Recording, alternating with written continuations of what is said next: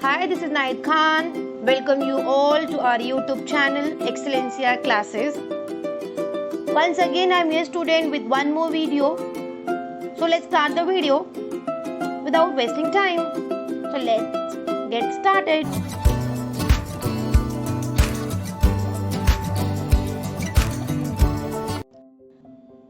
Yes, one more time I am here student with one more topic. Once again this topic is from OC subject and मैं आपको बता दूं कि हमारे जो ऑब्जेक्टिव्स थे वो बस अब कंप्लीट होने आए हैं. ये हमारा जो है वो उसमें से लास्ट टॉपिक है. इसके बाद में मैं स्टार्ट करूँगी बी की. ठीक है, चलो फिर फटाफट हम स्टार्ट करते हैं और ये इम्पॉर्टेंट है. आज का हमारा जो टॉपिक है वो है आंसर इन वन सेंटेंस. सो सब फर्स्ट क्वेश्चन इज, चलो हम स्टार्ट करते हैं. What is the principle of unity of command? ये हेनरी फ्योल के 14 प्रिंसिपल में से एक principle student, unity of command. Unity of command as per the principle of unity of command, Henry Fayol ji ने कहा था कि in any organisation each member of the organisation should receive order from only one superior. मतलब कि जो भी employees होंगे, here employees mean students, subordinates, ठीक है, और जो सुपीरियर होगा मतलब बॉस. ठीक है, तो जितने भी सबऑर्डिनेट्स होंगे, जितने भी एम्प्लॉयज़ होंगे, उनको जो है वो ऑर्डर सिर्फ एक से मिलना चाहिए. क्यों? क्योंकि आपको पता है कि if there is more than one superior, अगर एक से ज़्यादा सुपीरियर रहेंगे, फॉर एग्जांपल 3 सुपीरियर, और ये बेचारे 2 सबऑर्डिनेट्स हैं, तो क्या होगा कि ये सुपीरियर भी इनको ऑर्डर करेगा. ठीक है, ये दोनों जो सबऑर्डिनेट है they are getting order from this superior also. फिर इस सुपीरियर से भी ऑर्डर मिल रहा है, इस सुपीरियर से भी मिल रहा है. तो क्या होगा, it will create confusion. Because see order तो मिल गया, लेकिन वो लोग क्या सोचेंगे कि उनको रिपोर्ट किसको करना है. तो वो सब सुपीरियर 1 को करे, 2 को करो या 3 को करे, मतलब कि हु इज़ एग्जैक्टली बॉस, जिनको वो ऑर्डर करे. So it will create confusion and may lead to delay in decision, जिस वजह से ऑर्गेनाइजेशन के डिसीजन भी क्या हो सकते हैं, डिले हो सकते हैं, लेट हो सकता है. ओके, नाउ सेकेंड वन है what is outsourcing. We have already discuss. OC में ऑलमोस्ट हर टाइप के ऑब्जेक्टिव्स में आपको पूछा है. आउटसोर्सिंग का मतलब होता है कि आपके जो बिजनेस के फंक्शंस होते हैं, ठीक है, one more student I repeat, आपके जो बिजनेस के फंक्शन होते हैं जो रूटीन इन नेचर होते हैं, आप वो क्या करते हो, वो कॉन्ट्रैक्टिंग कर देते हो, वो कॉन्ट्रैक्ट पे दे देते हो किसी ऐसे बिजनेस एजेंसीज को, ठीक है, जो स्पेशलाइज्ड होती है उन चीज़ में ही.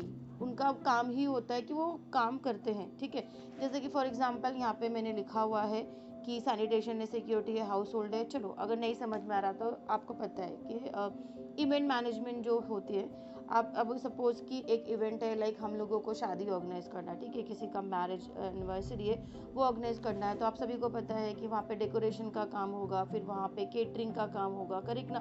फिर केटरिंग के बाद में और भी हो गया, गेस्ट लिस्ट प्रिपेयर करनी होगी, क्या करना है. तो मैं सभी काम करूँ तो इससे अच्छा अगर मैं ऐसा कर दूँ कि मैं जो केटरिंग का काम है वो मैं केटरिंग वाले को दे दूँ, तो वो ज़्यादा अच्छे से करेगा. क्यों? क्योंकि उससे क्या होगा कि मेरा टाइम तो बचेगा ही बचेगा, plus just because they are involve in the catering business only, वो लोग केटरिंग का ही काम करते हैं, तो वो अच्छे में और इनफैक्ट सस्ते में हमारा काम करके दे देंगे. तो इससे क्या होगा, मेरा टाइम बच जाएगा और हमारा जो काम भी है वो ईजिली हो जाएगा.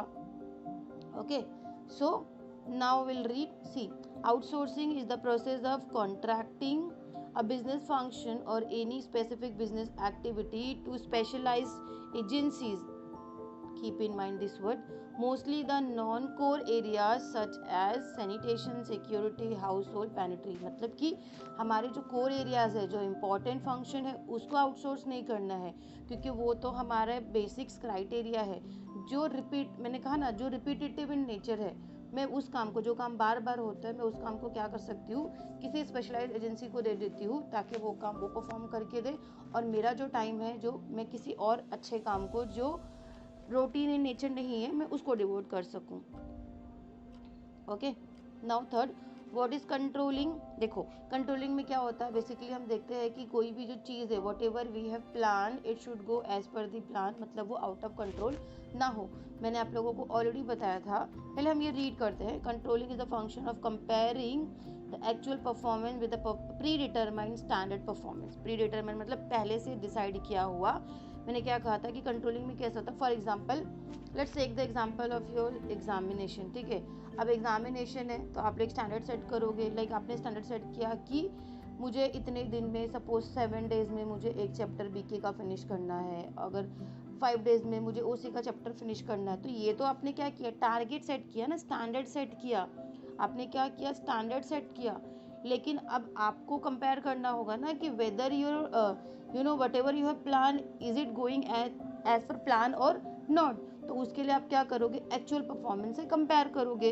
तो अगर सपोज आपने सोचा था कि 7 दिन में आप बीके कंप्लीट करोगे, लेकिन ऐसा हो रहा है कि नहीं, आपको लग रहा है कि और 10 दिन जाएगा, तो इससे क्या हो गया, जब आपने कंपेयर किया तो आपको पता चला कि आप जो सोच रहे थे कि जो बीके सब्जेक्ट है या जो भी टॉपिक आप लेने वाले थे बीके का 7 डेज़ में करने वाले थे, वो 7 डेज़ में नहीं हो रहा है। तो उसके अकॉर्डिंग क्या करोगे, तो यहाँ पे डेविएशन आ गया। मतलब आपने प्लान किया था कि 7 दिन में होना चाहिए, लेकिन यहाँ पे क्या हो रहा है, 10 दिन में हो रहा है। तो इसीलिए आपको पता चल गया ना। वो कैसे पता चला, जब आपने जो स्टैंडर्ड सेट किया था और एक्चुअल परफॉर्मेंस को कंपेयर किया, तब आपको पता चला कि जो बीके का जो आपने 7 डेज़ का टारगेट रखा था उसको 10 दिन लगेगा। इसी को हम लोग कहते हैं कंट्रोलिंग। तो आप क्या करोगे, आप देखोगे कि आपका जो टाइम है वो कहाँ पर वेस्ट हो रहा है। ओके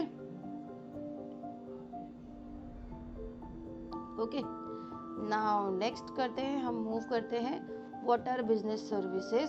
सी, बहुत सिंपल स्टूडेंट, जो services, the services which are helpful and which are which give us aid to perform our main business. जो सर्विसेज हमारे मेन बिजनेस को परफॉर्म करने के लिए हेल्प करती है उनको हम कहते हैं बिजनेस सर्विसेज। तो क्या है, देखो, बिजनेस सर्विसेज आर दो services which helps in successful running of business. आपके बिजनेस को अच्छे तरीके से रन करने के लिए जो सर्विसेज होती है वो होती है हमारी बिजनेस सर्विसेज।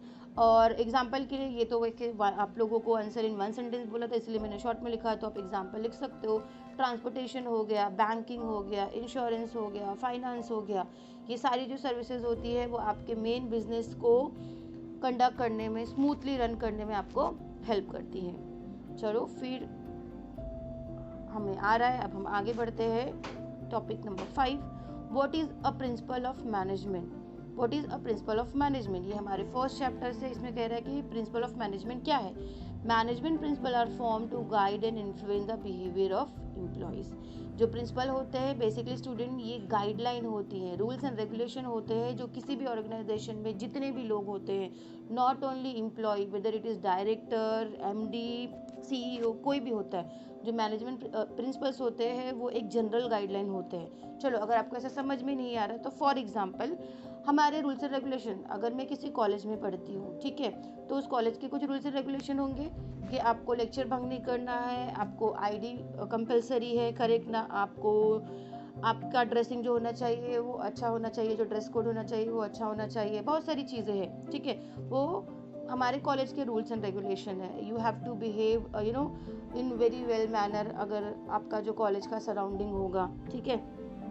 तो ये होते हैं हमारे रूल्स एंड रेगुलेशन, बेसिकली जो हमारे एम्प्लॉयज़ होते हैं ऑर्गेनाइजेशन में उनके बिहेवियर को गाइड करता है। Similarly like rules and regulation जो कॉलेजेस में होते हैं, स्कूल्स में होते हैं, these are the general guideline, ठीक है।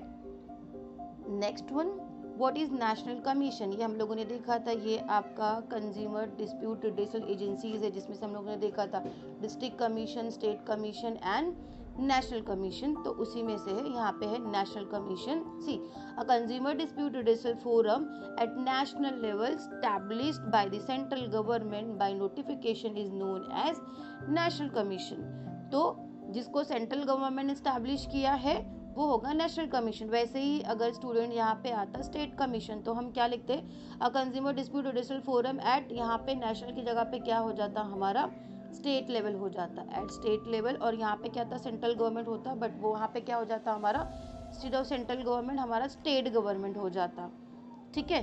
तो हमारा आंसर बन जाता स्टेट कमीशन। और वैसे ही अगर यहाँ पे डिस्ट्रिक्ट कमीशन होता या डिस्ट्रिक्ट फोरम, तो क्या हो जाता, एट डिस्ट्रिक्ट लेवल आ जाता यहाँ पे, ठीक है, सिंपल। चलिए आगे बढ़ते हैं हम। What is right to represent, ये अगेन आपके जो कंज्यूमर राइट्स दिए हुए हैं उसमें से है आपका, ठीक है, कंज्यूमर प्रोटेक्शन एक्ट में से है। What is right to represent, the act provide an opportunity to individual and consumer group to represent consumers interest before consumer forum.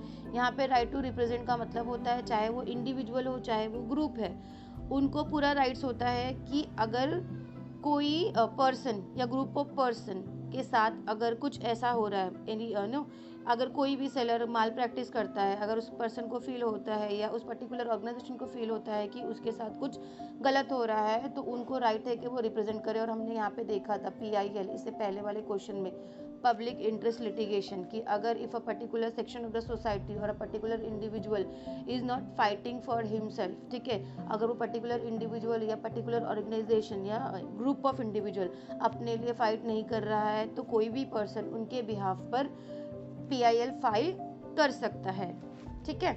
Now next one student, what is staffing?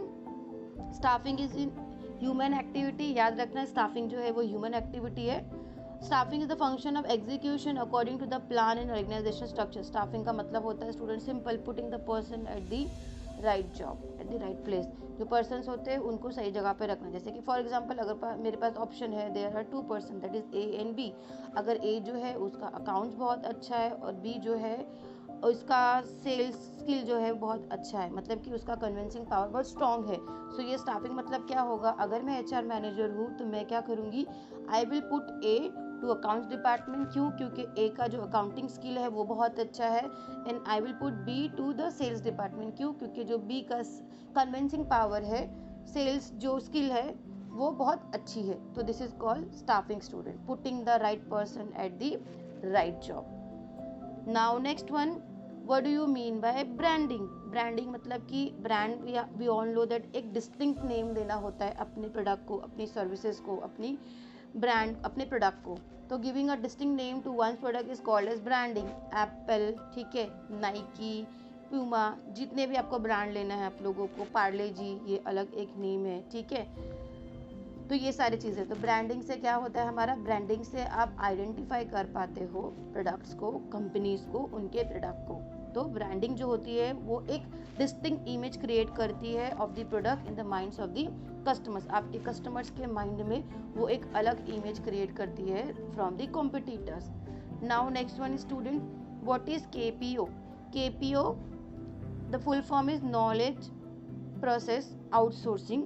It is related to your BPO only. लेकिन यहाँ पे क्या होता है, यहाँ पे जो companies होती है, कुछ जो लीगल एक्टिविटीज़ होती है, लीगल वर्क होता है जो which is routine in nature, ठीक है, लीगल वर्क होता है which is routine in nature, वो क्या करती है? वो आउटसोर्स कर देती है स्पेशलाइज्ड एजेंसीज़ को, ताकि क्या होगा, उनका कॉस्ट भी कम हो जाए। और एग्जांपल ले लो, फॉर एग्जांपल देखो, अगर हम कंपनी की बात करें, किसी ऑर्गेनाइजेशन की बात कर रहे हैं, तो अगर अकाउंट्स हम मेंटेन कर रहे हैं, तो मैं आपको बता दूं कि यहाँ पे बहुत सारे ट्रांजैक्शन जिसके लिए एक CA का होना बहुत ज़रूरी होता है, ठीक है। लेकिन कुछ ट्रांजैक्शन जो डेली रूटीन के ट्रांजैक्शन होते हैं, उसमें ऐसा होता है कि आप एक नॉर्मल अगर अकाउंटेंट है तो वो काम आप उससे भी करवा सकते हो। तो अगर मेरा काम वो अकाउंटेंट से हो रहा है, तो मैं क्यों ना वो काम उससे करवा लूँ? उससे क्या होगा कि जो मेरा मेन काम होगा, जो मेरा मेन वर्क होगा, which is not repetitive in nature, जो बार बार नहीं होता है, जो मेरा कोर एलिमेंट है, जो मेरा मेन वर्क है, वो मैं CA से करवाऊंगी। जैसे कि ऑडिटिंग जो होता है स्टूडेंट्स, वो CA कर सकता है, वो नॉर्मल अकाउंटेंट नहीं कर सकता। क्योंकि आपको बता दूं, अकाउंटेंट जो होता है, अगर जो भी कॉमर्स की डिग्री, अगर वो स्टूडेंट के पास में, वो पर्सन के पास में कॉमर्स की डिग्री है, तो वो कर सकता है, बिकॉज हम कॉमर्स में अकाउंट्स पढ़ते हैं। तो मैं क्या कर सकती हूँ, जो मेरे ट्रांजेक्शन रूटीन इन नेचर है, डेली इन नेचर है, वो मैं अकाउंटेंट से करवा लूँगी। तो यहाँ पे मैं आपको बता दूँ, बहुत सारे इंस्टीट्यूट होते हैं जो अकाउंटिंग, आप देखोगे, आप यूट्यूब वगैरह पे भी देखोगे तो बहुत सारी चीज़ें हैं कि घर बैठे आप डेटा एंट्री कर रहे हो और बहुत सारी चीज़ें कर रहे हो, तो उसके लिए CA की ज़रूरत नहीं है। लेकिन अगर मुझे मेरी कंपनी के बुक्स ऑफ अकाउंट्स को ऑडिट करना है, तो उसके लिए तो मुझे CA की ज़रूरत होगी। Okay, so this is called KPO। Now next one, what is agro tourism? Agro tourism is the idea of bringing urban resident to rural areas for leisure travel and spending। Agro tourism का मतलब होता है जो urban people है, जो शहरों की तरफ से जो लोग हैं, उनको कहाँ पर लाना? रूरल एरियाज़ में लाना, और रूरल एरियाज़ की जो लाइफ है उनके बारे में बताना। और ये मैंने आप लोगों को इससे पहले वाले टॉपिक में भी डिस्कस किया था कि एग्रो टूरिज़्म जो कंट्रीज़ जिनका जो बेस होता है वो एग्रीकल्चरल बेस होता है वो इसमें बहुत अच्छा कर सकती है। क्यों? क्योंकि उनको एग्रो टूरिज़्म के बारे में बताने के लिए बहुत कुछ है। क्यों? क्योंकि उनका एग्रीकल्चरल जो बेस है, उनकी जो कंट्री का जो बेस है, जो बैकबोन है वो ही एग्रीकल्चर है। तो उनके लिए टूरिज़्म तो एग्रो टूरिज़्म बेस्ट होगा। क्यों? क्योंकि वो अपने नेचर के बारे में बताएंगे। ठीक है, what is the cropping pattern हो गया, देन इरिगेशन हो गया, बहुत सारी चीज़ें वो लोग बता सकते हैं। And what kind of life the rural people are living, आप बहुत सारी चीज़ें बता सकते हो। ठीक है, और आप लोगों ने स्टूडेंट नोटिस भी किया होगा कॉलेजेस में, अब तो ये 2 साल से कोरोना की वजह से ऐसे हो रहा है कि एनएसएस कैंप होता है। और आप लोग ने नोटिस किया होगा कि जो एनएसएस कैंप होते हैं वो बेसिकली, अगर basically we are from Mumbai, तो आप देखोगे कि वो महाराष्ट्र के जो विलेज एरियाज़ होते हैं हम वहाँ पर जाते हैं। जो एनएसएस का कैंप होता है वो वहाँ पर जाते हैं, और वहाँ पे क्या क्या एक्टिविटीज़ होती है आप लोगों को पता ही है। वहाँ पे बहुत सारी एक्टिविटीज़ होती है। तो ये basically it is connected with agro tourism only students. मैं आपको बता दूं कि ये जो टॉपिक्स है वो बहुत ज़्यादा बड़े हैं, मतलब इसमें क्वेश्चन है बहुत ज़्यादा है। तो अगर मैं एक वीडियो में कवर करूँगी तो ये बहुत लेंथी वीडियो हो जाएगा और आप लोग इसको देखने वाले नहीं, आप लोग सो जाने वाले हैं। तो इसीलिए स्टूडेंट, जो बाकी की जो टॉपिक्स है, जो रिमेनिंग टॉपिक्स है, I will cover in next video. Hope आप लोगों को हमारा जो एक्सप्लेनेशन है वो पसंद आ रहा है और आप लोग वीडियोस देख रहे हैं और इससे लर्न कर रहे हैं और आपके एग्जामिनेशन की प्रिपरेशन कर रहे हैं।